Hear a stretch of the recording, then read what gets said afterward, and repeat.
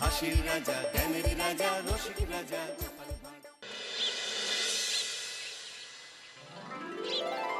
সত্যি এই বছর আমাদের কৃষ্ণনগরে ঠাকুর মুখ তুলে চেয়েছেন। হ্যাঁ মহারাজ, ধান একেবারে পরিপূর্ণ হয়েছে। তা কবে ধান কাটা হবে পুটির বাবা? ধান তো একেবারে পেকেই এসেছে, সপ্তাহখানেকের মধ্যে ধান কাটতে হবে। বেশ বেশ, তাহলে তো ভালোই হলো। এই মাসের শেষের দিকেই তো নবাব বাহাদুরকে শস্যের খাজনা পাঠানোর কথা। হ্যাঁ মহারাজ, এবারে নবাব বাহাদুর খুশি হবে। ঠিক বলেছ গোপাল।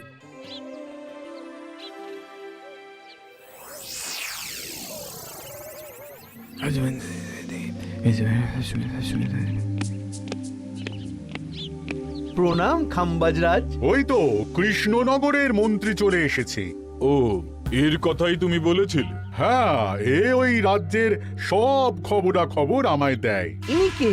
ইনি হলেন জমিদার কেশকান্ত বর্মন, আমার রাজ্যেরই দক্ষিণ পশ্চিম গ্রামের জমিদার, আমার প্রিয় বন্ধু। নামটা বেশ অন্যরকম, কেশকান্ত।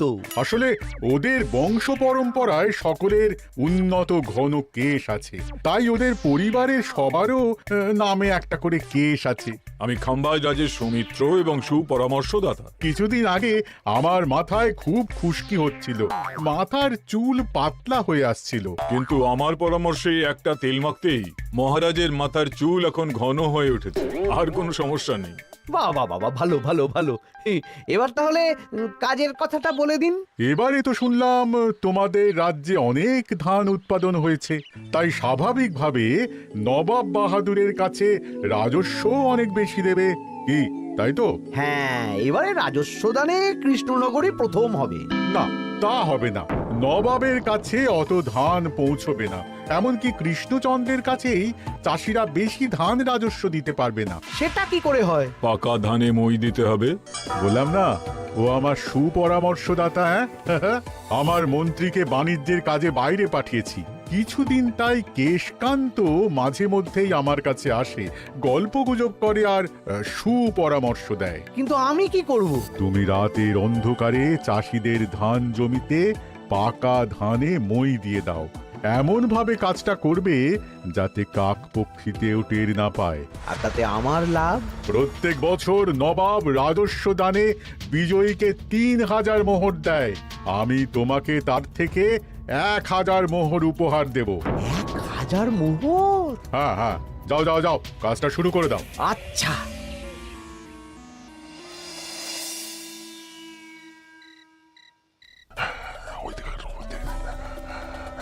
তাহলে আর দেরি কেন, মন্ত্রীমশাইয়ের কথা মতো কাজ শুরু কর। হ্যাঁ হ্যাঁ, চল।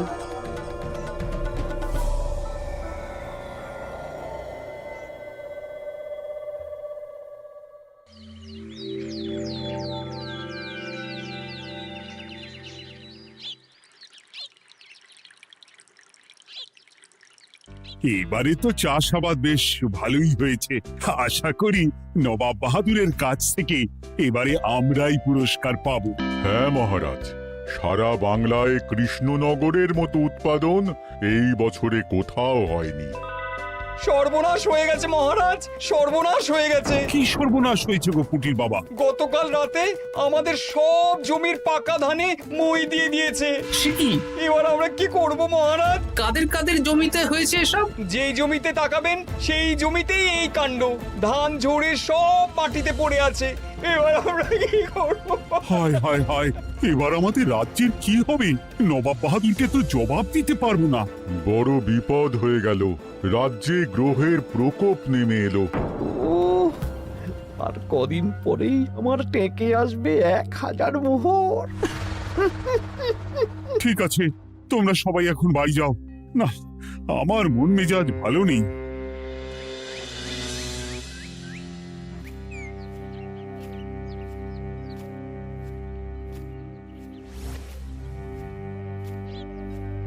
ওগো, তুমি শুনেছো কি হয়েছে? পুঁটির মা হাউ হাউ করে কাঁদছিল গো। হ্যাঁ গিন্নি, পুঁটির বাবা কয়েকজন চাষি ভাইদের নিয়ে রাজসভায় এসেছিল। শুনলাম রাতারাতি কে বা কারা চাষ জমিতে পাকা ধানে মই দিয়েছে। কত বড় সর্বনাশ হয়ে গেল বলো, কি হবে গো? কি যে হবে ভগবান জানে। বলি তুমি পারলে না পুঁটিদের একটু সাহায্য করো। হ্যাঁ, আমি মনে মনে ভেবেই রেখেছি বুঝলে, এবার বেতন পেলে পুঁটিদের বাড়িতে মাসোহারার জিনিসপত্র দিয়ে আসবো। নবাব বাহাদুরের কাছে মহারাজ খাজনা কিভাবে দেবেন? সেটাই তো বুঝতে পারছি না। আপনি এত চিন্তা করবেন না। রাজবাড়ির ভাড়ার থেকে আপাতত কিছু বস্তা ধান পাঠানোর ব্যবস্থা করুন। তারপর নবাব বাহাদুরের কাছে গিয়ে বলবেন, আস্তে আস্তে সব দিয়ে দেবেন মহারাজ। তাই করতে হবে, তাছাড়া তো আর অন্য কোনো উপায় দেখতে পাচ্ছি না।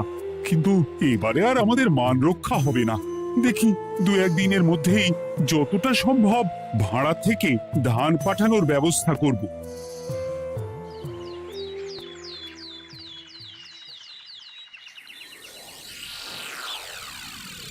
এই বছর 10,000 বস্তা ধান রাজস্ব এসেছে খাম্বাজ রাজ্য থেকে, 7,000 বস্তা ধান এসেছে বর্ধমান রাজ্য থেকে, আর মাত্র 100 বস্তা এসেছে কৃষ্ণনগর থেকে। তাই এই বছরের বিজয়ী রাজ্য হচ্ছে খাম্বাজ রাজ্য। খাম্বাজ রাজ্যের রাজার হাতে 3,000 মোহর উপহার হিসেবে তুলে দিচ্ছেন। আর কৃষ্ণচন্দ্র, তোমার রাজ্যের এরকম হাল কেন? এবারে আমাদের সমস্ত রাজ্যের পাকা ধানে কেউ বা কারা মই দিয়ে দিয়েছে। সেসব তোমার মাথা ব্যথা। আমার ধান কোথায়? 100 বস্তা ধান রাজস্ব, কম করে 800 বস্তা ধান রাজস্ব দেওয়ার কথা, কিন্তু তুমি তোমার কথার খেলাপ করেছো। এই বছর আমি নিরুপায় জাহাপানা। আমিও নিরুপায়। হয় তুমি আগামী 1 সপ্তাহের মধ্যে আমাকে 5,000 মোহর দেবে, নইলে কৃষ্ণনগরের সিংহাসন থেকে সরে যাবে। এত বড় শাস্তি দেবেন না নবাব বাহাদুর। আপনি অন্তত মাস 6 সময় দিন, আবার ধান চাষ করিয়ে আপনাকে প্রাপ্য ধান দেওয়া হবে। বেশি কথা বলছো কৃষ্ণচন্দ্র। তুমি 5,000 নয়, 6,000 মোহর 1 সপ্তাহের মধ্যে দেবে। বেটা গোপাল বেশি পাকা, অত কথা বলতে কে বলেছিল? গোপাল, এটা তুমি কি করলে? হায় হায় হায়! সর্বনাশের সময় যখন ঘনিয়ে আসে তখন বিপদের ওপর বিপদ এভাবেই আসে। আমার পাওনা। আরে এখন না, তোমাকে পাঠিয়ে দেব। ওই দেখুন, খাম্বাজ রাজের সাথে কথা বলছি। এখন বেশি কথা বললে কৃষ্ণচন্দ্র আর গোপাল সন্দেহ করবে। চলুন তো দেখি ওখানে গিয়ে কি কথা বলছে। কি কথা বলছো মন্ত্রী? মন্ত্রী আমায় বিজয় অভিনন্দন জানাচ্ছিল। বিজয় অভিনন্দন তো উপহার পাওয়ার সময় জানাতে পারতেন মন্ত্রী মশাই। যাই হোক, আপনাকে তো ঠিক চিনতে পারছি না। আমার নাম কেশকান্ত, আমি খাম্বাজ রাজ্যের দক্ষিণ পশ্চিম গ্রামের জমিদার। কেশকান্ত আমার বিশেষ বন্ধু। আপনার কেশ নিয়ে বেশ ভাব দেখছি। হ্যাঁ, ওই কদিন আগে তো খাম্বাজ রাজের মাথার চুল পাতলা হয়ে আসছিল, খুশকি হচ্ছিল আর কি। তো ওনার পরামর্শে একটা তেল মেখেই তো খাম্বাজ রাজের আবার ঘন কালো চুল ফিরে এসেছে। কেশকান্ত জমিদার হতে পারে, কিন্তু ওর অর্থনৈতিক অবস্থা তাবর রাজাদের থেকে অনেক ভালো। কয়েক হাজার বিঘা জমির মালিকও, তার সাথে চুলের তেলের ব্যবসা করেও হাজার হাজার মোহর রোজগার করে। এই, এখন চুল নিয়ে চুলোচুলি না করে চলো কৃষ্ণনগরে ফিরি। এমনিতেই মন মেজাজ খারাপ, 1 সপ্তাহের মধ্যে আবার 6,000 মোহর জোগাড় করতে হবে। হ্যাঁ, চলুন চলুন।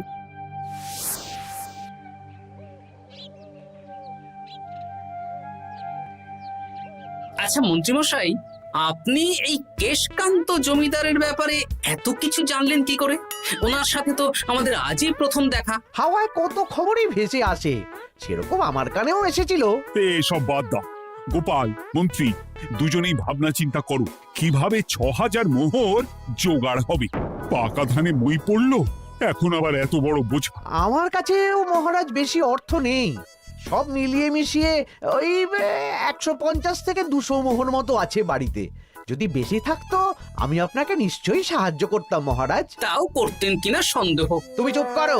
মন্ত্রীমশাই ওই লোকটাকে জানলো কি করে? এই লোকটাকে তো আগে দেখারই কথা না। না, ব্যাপারটা নিয়ে ভাবতে দিতে হবে। চলুন চলুন।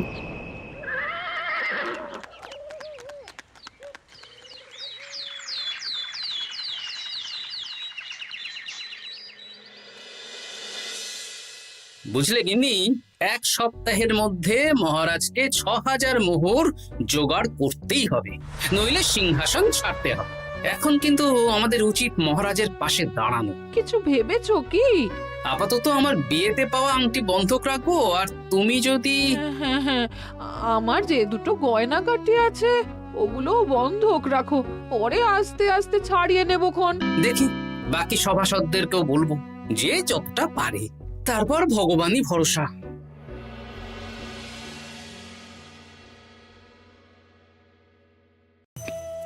আপনি এত চিন্তা করবেন না মহারাজ। চিন্তা না করে কি আর কোনো উপায় আছে?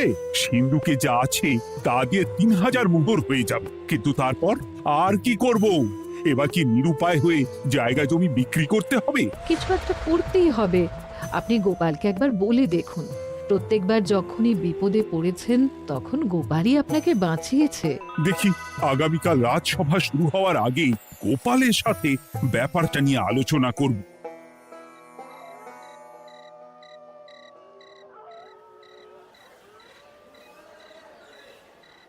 এই যে শ্যাকরা, কি করছো?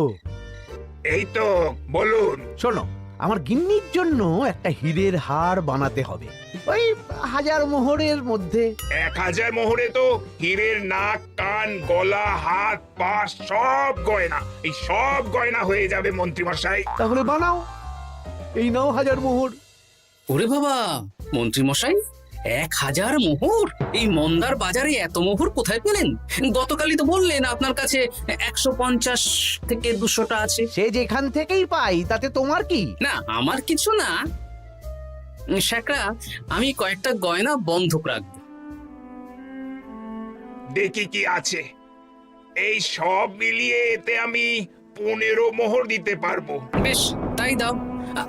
আমি ধীরে ধীরে শোধ করে গয়নাগুলো ছাড়িয়ে নেব। হ্যাঁ,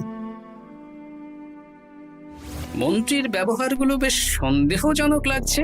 দেখি, গুপ্তচরকে কাজে লাগাতে হবে, মন্ত্রীর পিছনে ছায়ার মতো লেলিয়ে দিতে হবে।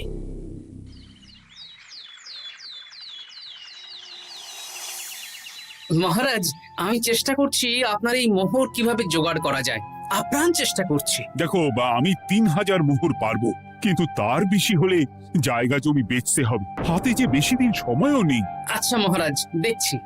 তবে মন্ত্রীমশাই চাইলেই আপনাকে ১,০০০ মোহর দিয়ে সাহায্য করতে পারতেন, কিন্তু উনি তা না দিয়ে ওনার গিন্নির গয়না বানাচ্ছেন, হীরের গয়না। দেখি, মন্ত্রী তো কালকেই বলল ওর কাছে ১৫০ থেকে ২০০ মোহর আছে মাত্র। ১,০০০ মোহর কোথা থেকে পেল? সে উনিই জানেন, তবে তার খবর খুব তাড়াতাড়ি আশা করি পেয়ে যাব মহারাজ।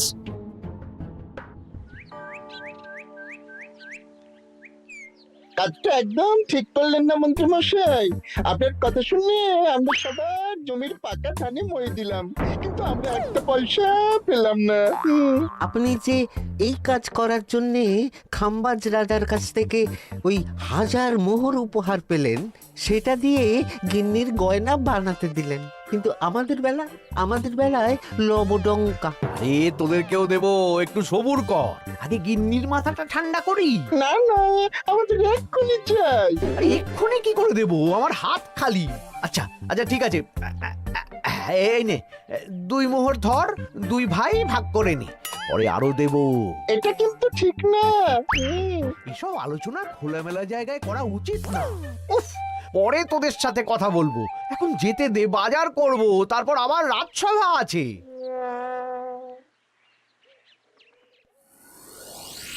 আচ্ছা, এই ব্যাপারটা মহারাজকে আর গোপাল দাদাকে জানাতে হবে।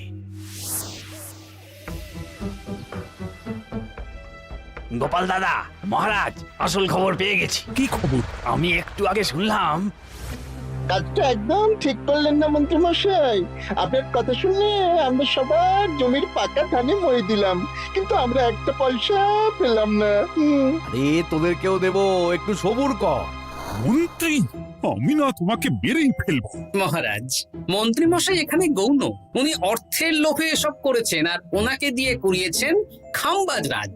হ্যাঁ, যাতে এবারে বিজয়ী হতে পারেন। তাই আপনি এই খবর পাঁচ কান করবেন না মহারাজ। আমি খামবাজ রাজ আর ওই কেশকান্তর কাছ থেকে ক্ষতিপূরণ ঠিক আদায় করে আনব। কিন্তু কিভাবে? শুনুন তাহলে।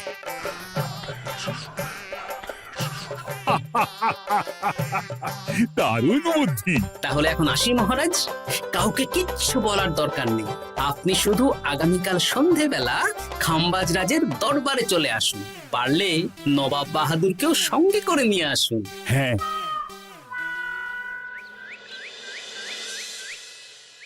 প্রণাম খামবাজ রাজ। কে আপনি?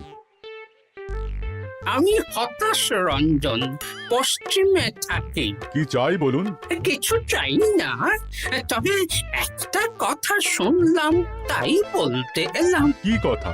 আমি শুনলাম মহারাজ আপনার মাথার চুলগুলো সব নকল। আমার এত সুন্দর চুল সব নকল? ফাজলামো হচ্ছে।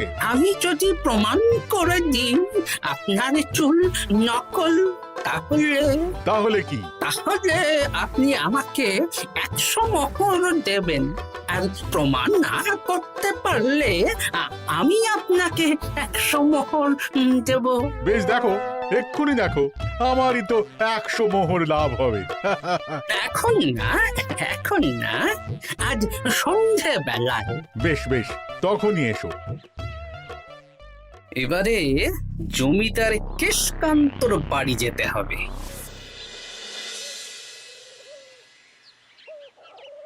জমিদার মশাই বাড়ি আছেন? কে মশাই আপনি? আমি হতাশ রঞ্জন, পশ্চিমে থাকি। আমি বিশাল ক্ষমতাশালী লোক। কিসের ক্ষমতা? আমি রাজরাজাদের মারধর করি, চুল ধরে টানি, শাস্তি দিই। এসব কি উল্টো পাল্টা বলছেন? খামবাজ রাজ আপনার বন্ধু না? হ্যাঁ, প্রিয় বন্ধু।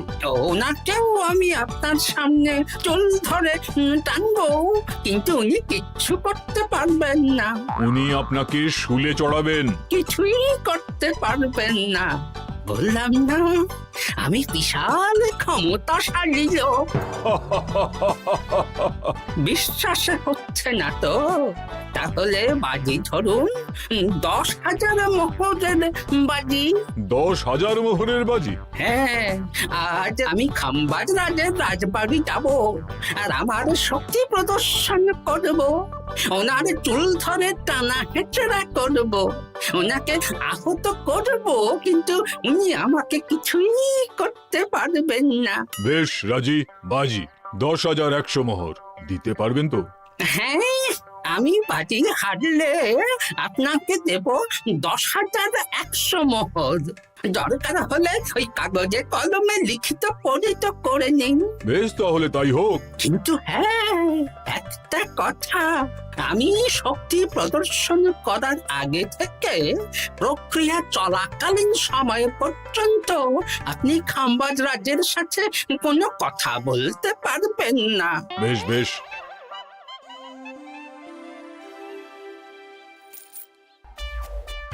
তাহলে শুরু করি। শুরু করো। এবার আমি প্রমাণ করেই ছাড়বো।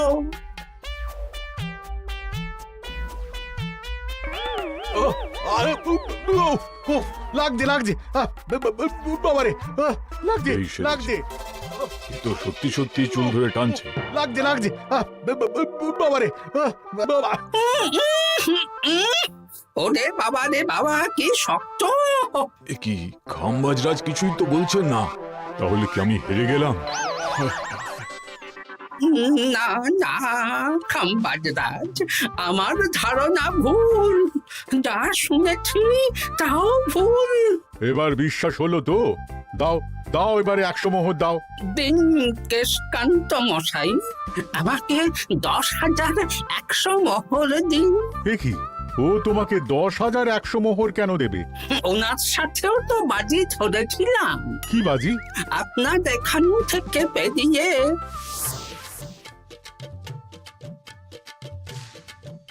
এবারে দিন তো দেখি। সব কাগজ কলমে লেখা আছে। এই নাও। হায় হায় হায় হায়।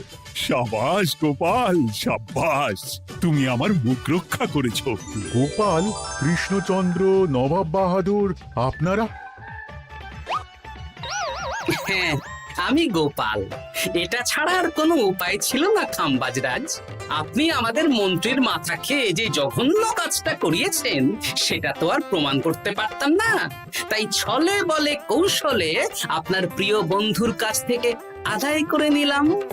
হ্যাঁ নয়, হ্যাঁ।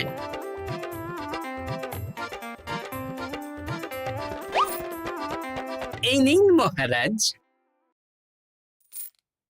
এতে কত মোহর আছে? 10,100 মোহর।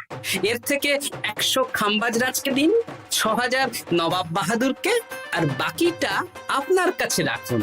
এত ধান নষ্ট হলো। কৃষ্ণচন্দ্র আমাকে সবটা বলেছে, আর ওর মন্ত্রীকেও নিয়ে এসেছি। ধোলাই খেয়েই সব বলে দিয়েছে। এই কে আছো? কৃষ্ণনগরের মন্ত্রীকে নিয়ে এসো।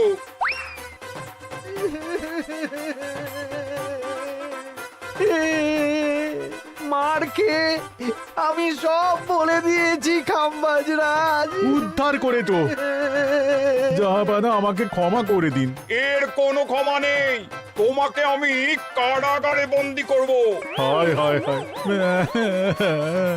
সামান্য টাকার লোভ করতে গিয়ে পুরো মাঠে মারা গেলাম।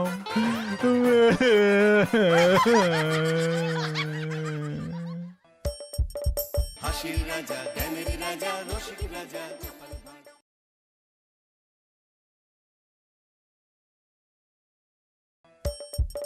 হাসির রাজা জ্ঞানের রাজা রসিক রাজা গোপাল ভাঁড়।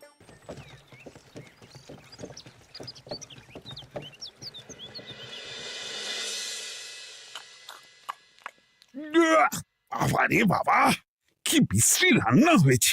তরকারিতে কি কোনো জিরে বাটা, আদা বাটা কিছুই দেয়নি নাকি? কই গো রাধুনী ঠাকুর, কোথায় গেলে? এদিকে এসো। বলুন রানীমা। বলছি, তুমি তো রাজবাড়িতে দীর্ঘদিন ধরেই রান্না করছো, কিন্তু ইদানিং তোমার রান্না এত বেস্বাদ লাগছে কেন? সে তো আমি বলতে পারবো না, আমি তো আগের মতনই রান্না করি।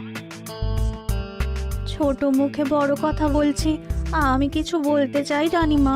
এই, তুই আবার পাকামো করতে এসেছিস কেন রে? তোকে কি রানীমা ডেকেছেন নাকি? আহ, কি বলতে চাইছে শুনেই দেখি না, বলো। রানীমা, এখন আর রাঁধুনি ঠাকুর আগের মতো যত্ন নিয়ে রান্না করেন না। রান্নাঘরে পড়ে পড়ে ঘুমোয় আর তাড়াহুড়ো করে কোনো রকমে রান্না করে দেন। একদম বাজে কথা বলবি না। বাজে কথা না রানীমা, শিলনোড়ায় বাটতে ওনার কষ্ট হবে বলে আজকাল রাঁধুনি ঠাকুর শুধু জিরে ফোড়ন দিয়ে রান্না করেন। এত বেতন দিয়ে তোমাকে রাখা হয় কি এই ফাঁকিবাজির জন্যে? কি মানে, ভুল হয়ে গেছে। এর যদি এই ভুল করার ইচ্ছে হয় তাহলে তল্পি তল্পা গুটিয়ে বাড়ি গিয়ে ভুল করো, মনে থাকবে? মনে থাকবে মহারাজ। কি হচ্ছে বলো তো রানী?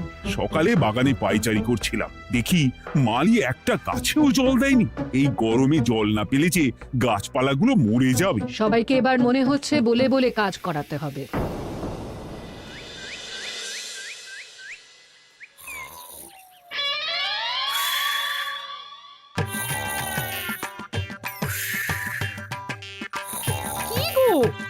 কদিন ধরে তো তুমি শুধু খাচ্ছ আর ঘুমোচ্ছ। বাজার দোকান কিছুই নেই গো, রাজসভাতেও যাও না। কি যে করি। কি গো দিদা, দাদু আজও ঘুমোচ্ছে? কি বলবো বলতো? আমরা কিছু একটা ব্যবস্থা করছি, দাঁড়াও। এই, কে কে কে কে? ওঠো দাদু, আর কত ঘুমে? কুড়েমির একটা সীমা থাকে। ওঠো বলছি, ওঠো, ওঠো না। আমি বুঝতে পারছি বাড়ির কাজ, বাজার দোকান এসব না করার জন্য তুমি পড়ে পড়ে ঘুমোচ্ছ। দাদু কাজে ফাঁকি দিচ্ছে দিদা। দে পুটি, আর সরসরি দে।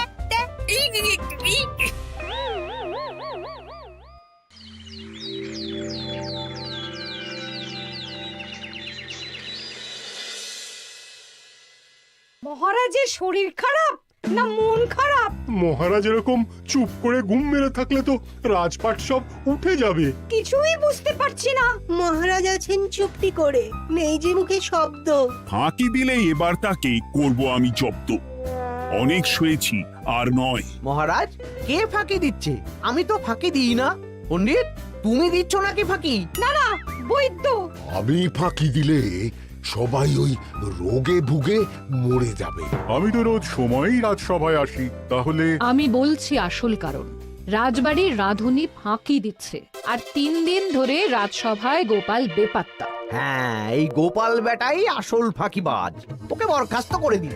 গোপালকে যদি বরখাস্ত করা হয় তাহলে বিপদে আপদে মহারাজের পাশে দাঁড়াবে কে? অসময় মহারাজ বুদ্ধি পাবেন কার কাছে? এই সুযোগ, এই সময় গোপালকে মহারাজের চক্ষুশূল করতে হবে। তাহলে আমি একেবারে জেঁকে বসতে পারবো। মহারাজ, গোপাল ঠিক কতটা ফাঁকিবাজ হয়ে উঠেছে তার কোনো ইয়ত্তা নেই। হ্যাঁ বলুন তো। বেটা গোপাল কোনোদিন সঠিক সময়ে রাজসভায় আসে না। কোনো দিন তো আসেই না, যেমন আজকেও আসেনি। আর না এলে মহারাজকেও কারণটা জানায় না। আপনাকে সম্মান করা তো দূরের কথা, কোনো ভ্রুক্ষেপই করে না। এটা কিছুটা হলেও মন্ত্রী মশাই ঠিক কথা বলছেন। হ্যাঁ, এ তো একদম সঠিক কথা। ঠিক বলেছ। প্রহরী, প্রহরী, বলুন মহারাজ। তুমি আরেকজনকে সাথে নিয়ে এক্ষুনি গোপালকে তুলে নিয়ে এসো। আচ্ছা মহারাজ। বলি তুমি আজকেও রাজসভায় কামাই করবে? অর্ধেক দিন কামাই করলে বেতন কাটা যাবে গো। গিন্নিমা, গোপালকে মহারাজ ডাকলেন। ওই দেখো, রাজবাড়ি থেকে প্রহরীও ডাকতে এসেছে। ওহ, মহারাজের আদেশ না শুনলে তোমাকে তুলে নিয়ে যেতে বাধ্য হব। আরে দাঁড়িয়ে দেখছিস কি, তুলে নিয়ে চল। ঠিক বলেছিস, তুই হাত ধর আর আমি পা ধরি। এই, কে কে? আমরা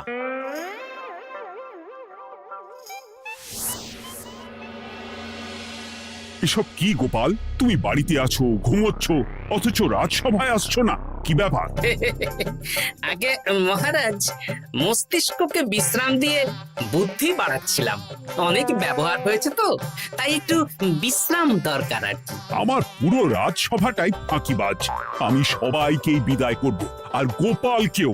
এই সেরেছে, আমি ফাঁকিবাজ নই মহারাজ। আমি খোঁজ নিয়ে দেখেছি, সবাই কম বেশি গায়ে হাওয়া লাগিয়ে ঘুরছে। মহারাজ, আমি তো নদীর পাড়ে বসে শীতল হাওয়া গায়ে লাগাই, তবেই তো ঢেউয়ের মতো আমার ছন্দ আসে। কেউ ফাঁকিবাজ না মহারাজ, আসল ফাঁকিবাজ গোপাল। মহারাজ, আমি যদি দরকারে আপনাকে বুদ্ধি দিয়ে, ফাঁকা সময়ে বিশ্রাম দিয়ে ফাঁকিবাজ হই, তাহলে মন্ত্রী মহা ফাঁকিবাজ। কারণ মন্ত্রীর কাজ রাজাকে বুদ্ধি দেওয়া, তা তিনি করেন না বলেই আমাকে দরকার পড়ে। আমি তো ভাঁড়, আমি শুধু হাসাবো, এটাই আমার কাজ। তাতে কি, সেনাপতিও তো সেনাপ্রধান, ও কি যুদ্ধ করে?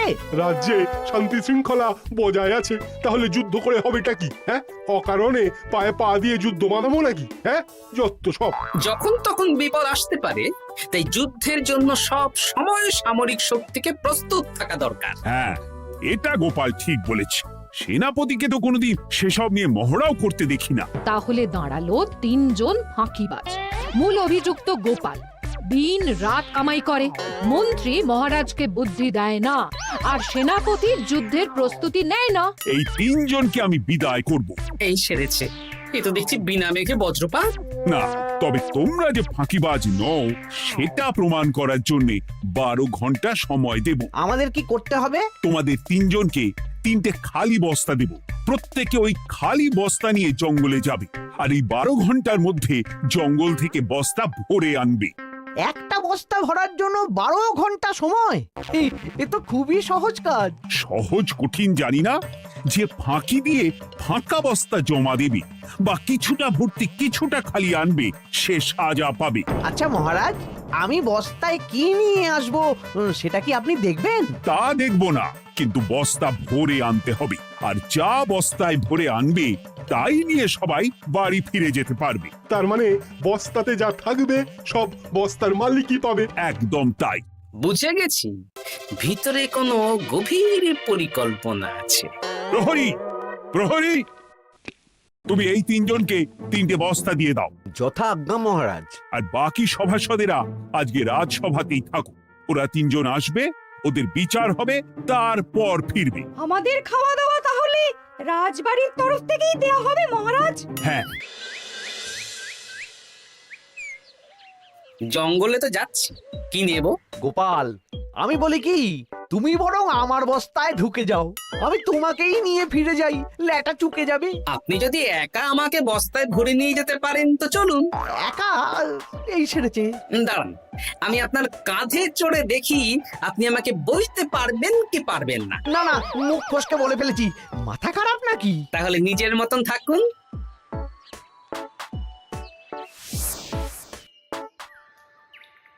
এমন কি বা আছে এই জঙ্গলে? আমার কাজে লাগার মতন তো কিছুই দেখতে পাচ্ছি না।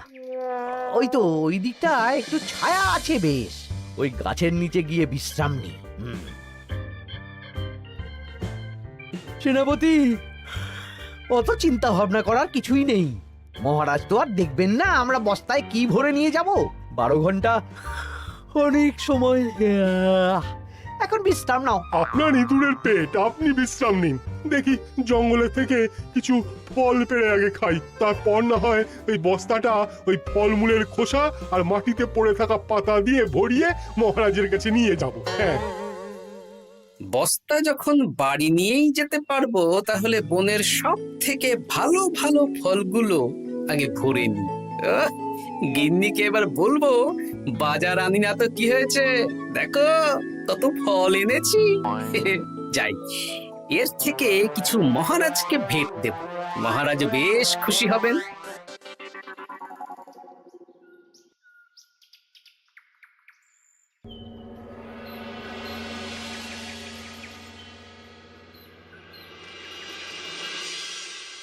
উফ, এই এত বড় জ্বালার মতো পেটখানা নিয়ে এই পেল্লাই গাছে উঠবো কি করে? দূর দূর, আশেপাশে ঢিল পাথরও দেখতে পাচ্ছি না। এই বুড়ো বয়সে হাড়গোড় ভাঙলে সে এক খারাপ ব্যাপার হবে। আরে, দূরে ওদিক থেকে আওয়াজ পাওয়া যাচ্ছে, তার মানে এই বনে কেউ এসেছে। ভাই মদন, এই গাছটা ঝড়ে ভেঙে অনেক দিন পড়েছিল, এটা তো নেবই। তুই ওদিকে দেখ, কত মোটা একটা সেগুন গাছ রে। ওই গাছটা নিয়ে গেলে আমরা 1 বছর বসে খেতে পারবো। তাহলে আর দেরি কেন, হাত লাগা। আরে আরে আরে, করো কি, এগুলো সব আমাদের মহারাজ কৃষ্ণচন্দ্রের পছন্দের গাছ। ভুলেও এই গাছ কেটে নিয়ে যাওয়ার ভাবনা চিন্তা করো না। আর ওই সেগুন গাছটা তো মহারাজের সবচেয়ে প্রিয়। আরে মহারাজ কি করে জানবে শুনি? এই বনে তো তিনি ভুল করেও আসেন না। এই যে আমি আসি, আমি মহারাজের দূত। তোমরা যদি ভুল করে ওই সেগুন গাছে হাত দাও, তাহলে কিন্তু তোমাদের গর্দান যাবে। এই সেরেছে, কিন্তু আমরা তো কাঠুরিয়া, কাঠ ছাড়া পেট চালাবো কি করে? সে তোমাদের ব্যবস্থা তোমরা করো, অন্য অনেক কাজ আছে। এই সামনের গাছটা মরে পড়ে আছে, এটার কাঠ আমরা নিয়ে যেতে পারবো তো? তা পারবে, এতে অত চিন্তার ব্যাপার নেই। গোপাল আছে যখন, তখন এই রাজ্যের কেউ মুশকিলে থাকবেই না। শুধু তোমাদের একটা কাজ করতে হবে। কি কাজ? এই নাও বস্তা। আমার জন্য এই জঙ্গল থেকে টাটকা বিভিন্ন ফল পেড়ে এই বস্তা ভরে দাও, তাহলে মহারাজকে আর তোমাদের কথা বলবো না, বুঝলে? আর তোমাদের যাতে রাজবাড়িতে কোনো কাজ হয় সেই নিয়ে মহারাজের কাছে সুপারিশও করবো, কেমন? বেশ বেশ, এই তুমি তাহলে এখন এখানে বিশ্রাম করো, আমরা তোমার বস্তা ভরে ফল নিয়ে আসছি। ঠিক আছে, আমি তোমাদের কুঠার পাহারা দিচ্ছি, তোমরা ভালো তরতাজা ফল বস্তায় ভরে নিয়ে এসো।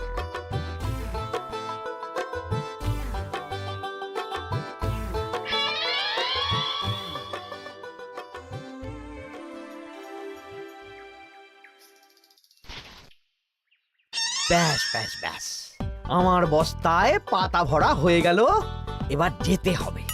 আমারও বস্তা ভরা হয়ে গেছে মন্ত্রী মশাই। হ্যাঁ, কটা ফল খেলাম আর কটা ভরে নিলাম, আর বাকি জঙ্গলের পাতা ভরে ফেলেছি। হ্যাঁ, আবার কি কি ভরেছি আর কি ভরিনি সেসব তো মহারাজ আর দেখতে যাবেন না। তাহলে আর দেরি কেন, চলুন হাঁটি হাঁটি পা পা করে এগিয়ে যাই। গোপালকে তো দেখতে পাচ্ছি না। ও বেটা যা কুঁড়ে, হয়তো এখানে এসেও ঘুমিয়ে পড়েছে। আবার কালকে সকালবেলা উঠবে।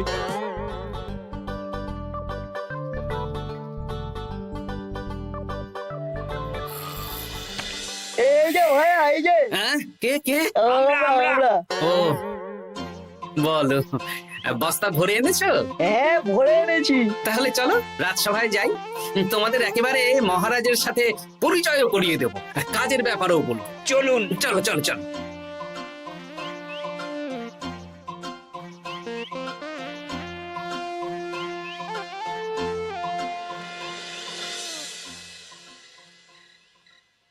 দেখা যাক মন্ত্রী সেনাপতি গোপাল কখন বস্তা ভরে আনে।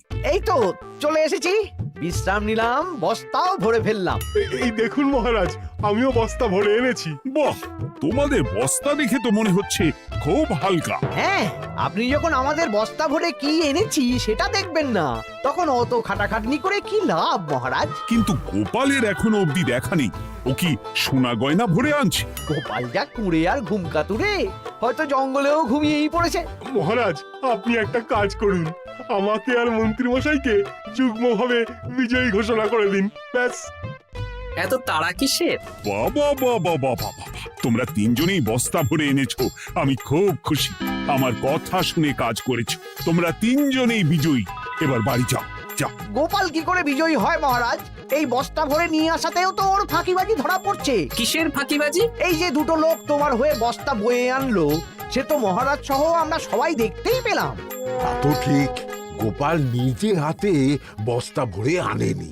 মহারাজ বস্তা ভরে আনতে বলেছেন, আমি এনেছি, এখানেই কথা শেষ। আমি কাকে দিয়ে বস্তা ভরালাম, কে আমাকে সাহায্য করলো, সেসব তো কোনো শর্ত আরোপ করা ছিল না। কিন্তু পরীক্ষাটা তো কে ফাঁকিবাজ সেটা প্রমাণ করার পরীক্ষা। এখানে তো তুমি ফাঁকি দিলে গোপাল। এটাও ঠিক কথা, তাহলে গোপালের শাস্তি পাওয়া উচিত। মহারাজ, আপনার শর্ত ছিল সেই ফাঁকিবাজ বলে প্রমাণিত হবে যে বস্তা খালি আনবে। এইখানে আপনি একটা ছোট্ট ভুল করেছেন মহারাজ, বস্তায় কি আছে সেটা দেখবেন না আগেই বলে দিয়েছেন। তা তো বলেছি। আপনি নিশ্চয় জানেন পাঠশালায় কিছু ছাত্রছাত্রী থাকে যারা পড়ার বইয়ে মুখ গুজে বসে থাকলেও পড়ায় তাদের মন থাকে না, মাথাতেও পড়া ঢোকে না, তাই সেই পড়া তাদের কোনো কাজে লাগে না। কি পণ্ডিত মশাই, এদেরকেই তো বলে ফাঁকিবাজ। বিলক্ষণ, এরাই ফাঁকিবাজ। ধন্যবাদ। তেমনি আমি যদি বলি সেনাপতি আর মন্ত্রী মশাই ওই ফাঁকিবাজদের মতনই ফাঁকি দিয়ে বস্তা ভরেছে, তাই ওদের বস্তা এত হালকা। সে তো আমি বুঝতেই পারছি। কিন্তু আমার বস্তায় যা জিনিস ভরে এনেছি তা একার পক্ষে সংগ্রহ করা মুশকিল ছিল, তাই আমি দুজনের সহযোগিতা নিয়েছি। মহারাজ, আপনি কি বস্তা খুলে দেখবেন নাকি? না না, আমি খুলে দেখলে আমার কথার খেলাপ হবে। এবার তো দেখছি আবার তিনজনের পরীক্ষা নিতে হবে। হ্যাঁ, নইলে প্রকৃত ফাঁকিবাজ কে সেটা প্রমাণ হবে না। কিন্তু ফাঁকিবাজ ধরার উপায় কি? মহারাজ, আমরা বরং আমাদের বস্তা নিয়ে বাড়ি না গিয়ে একদিন কারাগারেই থাকি, আর তাতেই প্রমাণ হবে এই বস্তায় সত্যি কি আছে যা আমাদের নিজেদের কাজে লাগবে। এটা ভালো বুদ্ধি। মহারাজ তখনই কারাগার থেকে আমাদের মুক্ত করবেন যখন আমরা আর থাকতে না পেরে ডাক দেব, আর যে আগে বেরোতে চাইবে সে সব থেকে বড় ফাঁকিবাজ, মানে যে আগু পিছু না ভেবে কাজ করে। বেশ, তাহলে তাই হোক। মহারাজ, কারাগারে শুধু জল ছাড়া আর কিচ্ছু দেওয়া হবে না, কারণ বস্তায় তো আর জল থাকতে পারে না। না না, তা কি করে হয়? শুধু জল? হ্যাঁ, আমি তো লোককে দিয়ে বস্তা ভরিয়েছি, আপনারা নিজে কি এমন কাজের জিনিস ভরেছেন সেটাই প্রমাণ হবে। বেশ, তাহলে তোমরা কারাগারে যাও, প্রহরী ব্যবস্থা করো। আর এই দুজন কাঠুরিয়া বেশ কর্মঠ মহারাজ, যদি কোনো রাজবাড়ির কাজ থাকে এদের দিয়ে করাতে পারেন। আমার বাগানের মালিটা খুব ফাঁকি দিচ্ছে, তাহলে ওদের সাথে কথা বলে নিচ্ছি। যাও যাও, তোমরা কারাগারে যাও।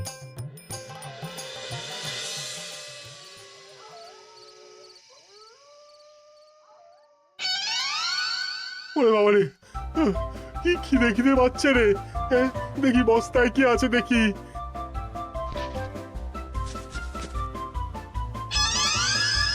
দু একটা পচা ফল, দেখি দেখি একটু ভালো আছে।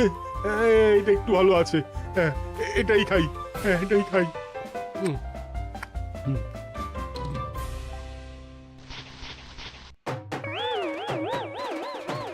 আমি তো শুধু পাতা ভরেছি, কি সেরেছি। আমাকে কি জল খেয়েই কাটাতে হবে? এবার আমি দেখি। আহা, টাটকা ফল আর জল। আমার কাছে যা ফল আছে এগুলো খেয়ে আরাম করে 5-6 দিন কেটে যাবে। ও গোপাল, আমাকেও কটা ফল দাও না গো। ও গোপাল, আপনি এখান থেকে উঠুন, অন্য বাগানে ফুল হয়ে ফুটুন। ফল খাবেন? এখন কর্মফল ভোগ করুন। ওরে বাবা, জল খেয়ে আর কতক্ষণ কাটাবো?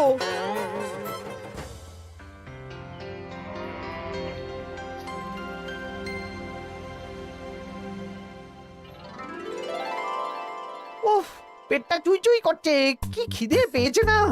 আমি আমি বাড়ি যাব। আপনি বাড়ি যাবেন? হ্যাঁ। তাহলে বেরিয়ে আসুন, বেরিয়ে আসুন। বেটা গোপাল কায়দা করে এমন শর্ত দিতে বলল, পুরো ফেঁসে গেলাম। আমারও তো খাওয়ার মতন তেমন কিছু নেই, আমিও এখানে থাকবো না। আমি এখানেই আছি। ফল খাবো, জল খাবো, আর প্রকৃতির ডাক এলে একটু বাইরে যাব।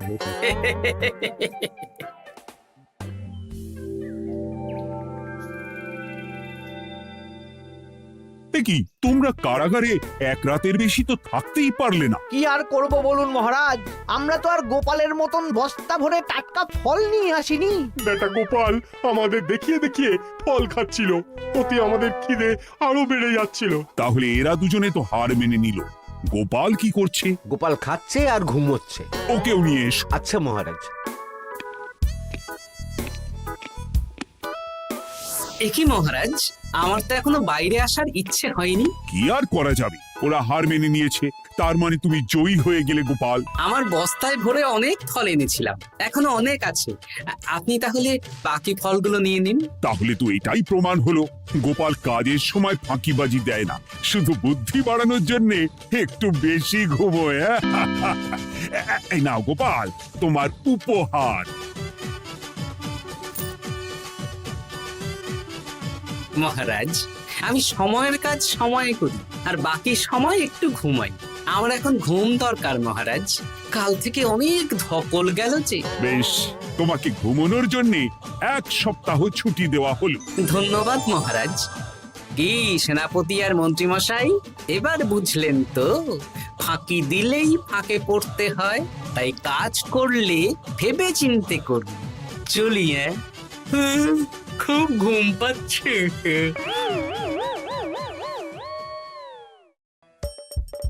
হাসির রাজা, জ্ঞানের রাজা, রসিক রাজা।